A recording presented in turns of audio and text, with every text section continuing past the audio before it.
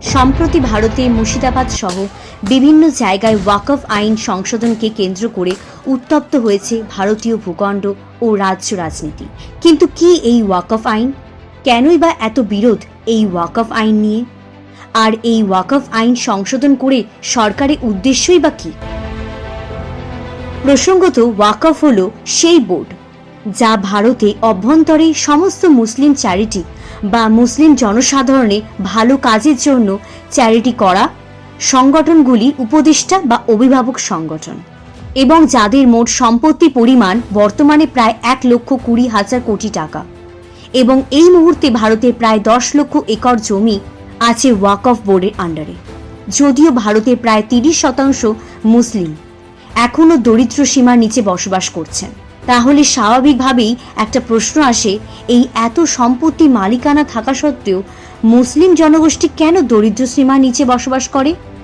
আদৌ কি সঠিক কাজে ব্যবহৃত হচ্ছে এই ওয়াকফ সম্পত্তি? আর যদি সেটা না হয়, তবে এত সম্পত্তি কি কাজে আসছে সাধারণ মুসলিম সমাজে? এবং কেনই বা এই সম্পত্তি নিয়ে ভারত সরকার নতুন আইন সংশোধন করেছেন, তারই একটি নিরপেক্ষ প্রতিবেদন রাখবো আজকে আমাদের এই বিশ্বব্রহ্মাণ্ডের রহস্যে। এবং এই ভিডিওটি শুধুমাত্র প্রতিবেদনের উদ্দেশ্যে বানানো এবং এর পিছনে কোনো রাজনৈতিক বা ধর্মীয় ভাবাবেগকে আঘাত করা হয়নি। শুধুমাত্র সঠিক এবং নিরপেক্ষ তথ্য তুলে ধরার চেষ্টা করা হয়েছে। ভিডিওটি শুরু করার আগে অনুরোধ করব, আপনি যদি এই চ্যানেলে নতুন হয়ে থাকেন তবে চ্যানেলটি সাবস্ক্রাইব করে বেল আইকনটি প্রেস করে রাখবেন এই ধরনের আরও ইন্টারেস্টিং টপিক দেখার জন্য। ওয়াকফের সূত্রপাত ঘটে 634 খ্রিস্টাব্দে, যখন ইসলাম ধর্মের দ্বিতীয় খলিফা হজরত ওমর প্রফেট হজরত মোহাম্মদের পরামর্শে তার অধীনে থাকা একটি জমিকে সাদকায়ে জারিয়া করেন। এখানে সাদকায়ে জারিয়া মূল অর্থ হল কন্টিনিউয়াস চ্যারিটি বা লাগাতার ভালো কাজের জন্য দিয়ে মুসলিম জনসমাজকে সাহায্য করা। এটি একটি এমন দান যা আল্লাহর নামে করা হয়, যার মধ্যে যে কোনো স্থাবর অস্থাবর সম্পত্তি, অর্থ, জ্ঞান সবই আসতে পারে। তবে কোনো সম্পত্তি যদি একবার সাদকায়ে জারিয়া করে দেওয়া হয়, তবে সেই সম্পত্তি আর কখনো কেনা বা বেচা যায় না, এবং তার একমাত্র মালিকানা থাকে আল্লাহর কাছে। আর এই যে কেনা বা বেচা করা যায় না, তার আরবি শব্দই হল ওয়াকফ। ওয়াকফ আইন অনুযায়ী সম্পত্তি বিক্রি করা না গেলেও এই সম্পত্তিকে ভাড়া দিয়ে বা অন্য কোনো উপায়ে এখান থেকে ইনকাম জেনারেট করা যেতে পারে। আর এর ফলে যে টাকা আসবে তা পুনরায় ইসলাম ধর্মের জন্য এবং গরিব অসহায় মুসলিমদের জন্য ব্যবহার করা হয়। আবার সেই টাকা দিয়ে কোনো বোর্ড চাইলে কোনো হসপিটাল, স্কুল, কোনো মসজিদ নির্মাণ করতে পারে। অর্থাৎ যে কোনো ভালো কাজ করা হয় এই ওয়াকফ সম্পত্তি থেকে। এবং এই ওয়াকফ বোর্ডের কাজ পরিচালনার জন্য ভারতের প্রত্যেকটা রাজ্য শিয়া এবং সুন্নি দুটো করে ওয়াকফ বোর্ড আছে। আর এই ওয়াকফ থেকে যে আয় হয় সেখান থেকে তার 7% যায় ওয়াকফ বোর্ডের কাছে। অর্থাৎ ওয়াকফ বোর্ডে যারা কাজ করেন এবং বোর্ড পরিচালনা করেন তাদের কাছে। ভারতে এই ওয়াকফের সূচনা হয় 1192 সালে, যখন মোহাম্মদ ঘড়ি পৃথ্বীরাজ চৌহানকে হারিয়ে ভারতে প্রথমবার মুসলিম শাসন শুরু করেছে। আর এরপর থেকেই বিভিন্ন সময় বিভিন্ন ইসলামিক শাসকরা কখনো জমি, কখনো মসজিদ বা অর্থ ওয়াকফ করছেন। এমনকি অনেক হিন্দু রাজারাও ধর্মীয় সম্প্রীতি বজায় রাখার জন্য ওয়াকফ করেছেন। অর্থাৎ যে সময় যে কোনো ব্যক্তি চাইলে তার সম্পত্তি ওয়াকফ করতে পারতেন। ব্রিটিশ ভারতে প্রথমবার এই ওয়াকফের একটা আইন তৈরি করা হয়, যেটার নাম হয় মুসলিম ওয়াকফ ভ্যালিডেশন অ্যাক্ট 1913। ব্রিটিশ পরবর্তীকালে স্বাধীন ভারতে তৈরি হয় ওয়াকফ অ্যাক্ট 1954, যেখানে পরিষ্কারভাবে বলা হয় যদি কোনো সম্পত্তি ওয়াকফ করা হয় তাহলে তার রেজিস্ট্রেশন করা বাধ্যতামূলক। কেউ যদি ওয়াকফের কোনো সম্পত্তি দখল করার চেষ্টা করে তার বিরুদ্ধে আইনি ব্যবস্থা নেওয়া হয়। তবে এখানে প্রধান সমস্যা হয়ে দাঁড়ায় এই ওয়াকফ সম্পত্তি যারা দেখাশোনা করতেন সেই মুতোয়ালিরা অনেক সময় ওয়াকফের সম্পত্তি নিজেদের কাজে ব্যবহার করতেন এবং সেখান থেকে তারা নিজেদের আয় করতেন। এবং এই মুতোয়ালিদের বিরুদ্ধে ওয়াকফের সম্পত্তি নিয়ে দুর্নীতি অভিযোগ করেন অনেক মুসলিম জনগোষ্ঠী ও মুসলিম সমাজ। 1954 সালে এই আইনকে 1995 সালে সংশোধন করা হয়। আর নতুনভাবে ওয়াকফ আইন আনা হয় এবং সেই সময় ক্ষমতায় থাকা কংগ্রেসের পাশাপাশি বিরোধী দল বিজেপিও এর সমর্থন করে। আর এই সংশোধনে একটি ওয়াকফ ট্রাইব্যুনাল তৈরি করা হয়।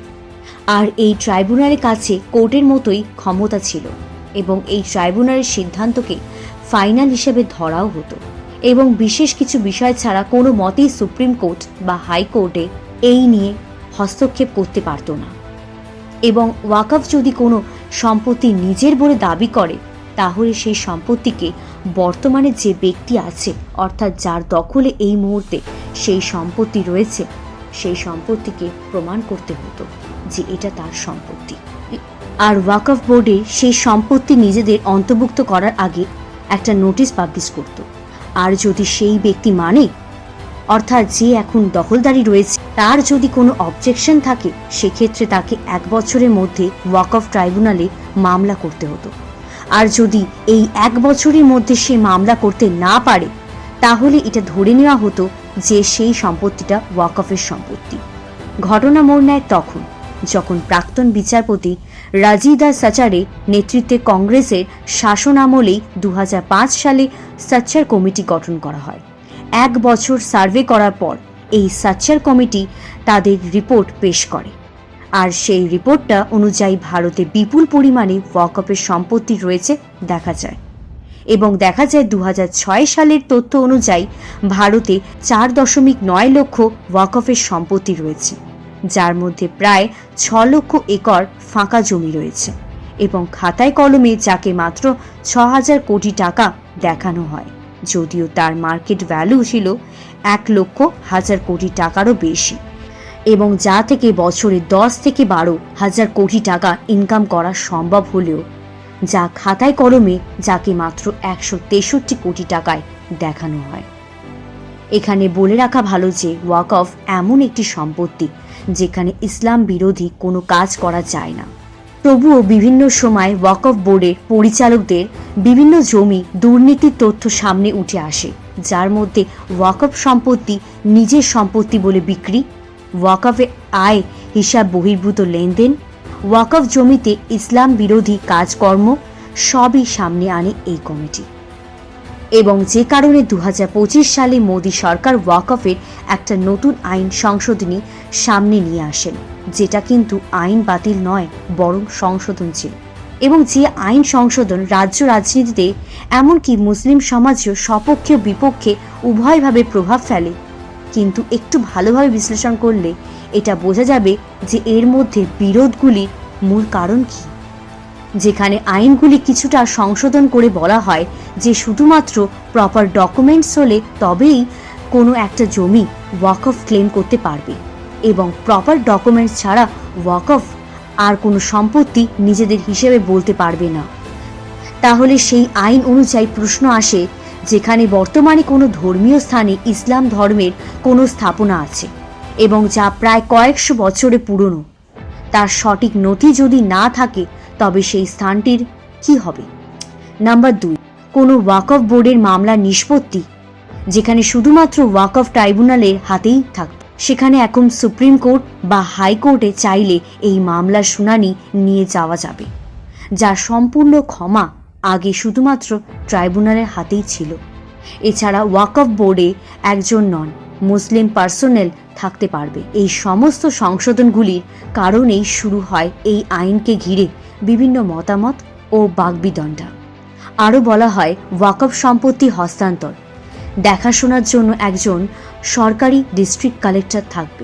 এখান থেকেই প্রশ্ন আসে, একজন সরকারি কর্মী তিনি যদি ওয়াকফ বোর্ডে দেখাশোনা করেন তবে এই কাজটা কতটা সঠিক হবে ওয়াকফ বোর্ডের পক্ষে তা নিয়েও বিরোধ দেখান কিছু কিছু মুসলিম সংগঠন। এছাড়া এই আইন ও ওয়াকফের সমস্ত সম্পত্তিকে ডিজিটাল রেজিস্টার করতে হবে, যেখানে তাদের কত আয় হচ্ছে বছরে তার আপডেট রাখতে হবে। যে কোনো ব্যক্তি অন্তত 5 বছর ইসলাম প্র্যাকটিস করলে তবেই তিনি তার সম্পত্তি ওয়াকফ করতে পারবেন। এই আইন অনুযায়ী যদিও এই 5 বছরের হিসাবকে রাখবে তা সুনির্দিষ্টভাবে বলা হয়নি এই আইনে। লোকসভা এবং রাজ্যসভায় এই নতুন বিল ইতিমধ্যে পাস হয়েছে। তথাপি কিছু মুসলিম সংগঠন এই আইনের বিরোধিতায় সুপ্রিম কোর্টে আপিল করছেন। এই নতুন ওয়াকফ সংশোধন আইন মুসলিম সমাজে কতটা ভালো বা কতটা উপকার করবে তা ক্রমশ প্রকাশ্য। ভিডিওটি ভালো লাগলে অবশ্যই একটি লাইক ও ওয়াকফ আইন সংশোধনে আপনার মূল্যবান কমেন্ট অবশ্যই জানাবেন।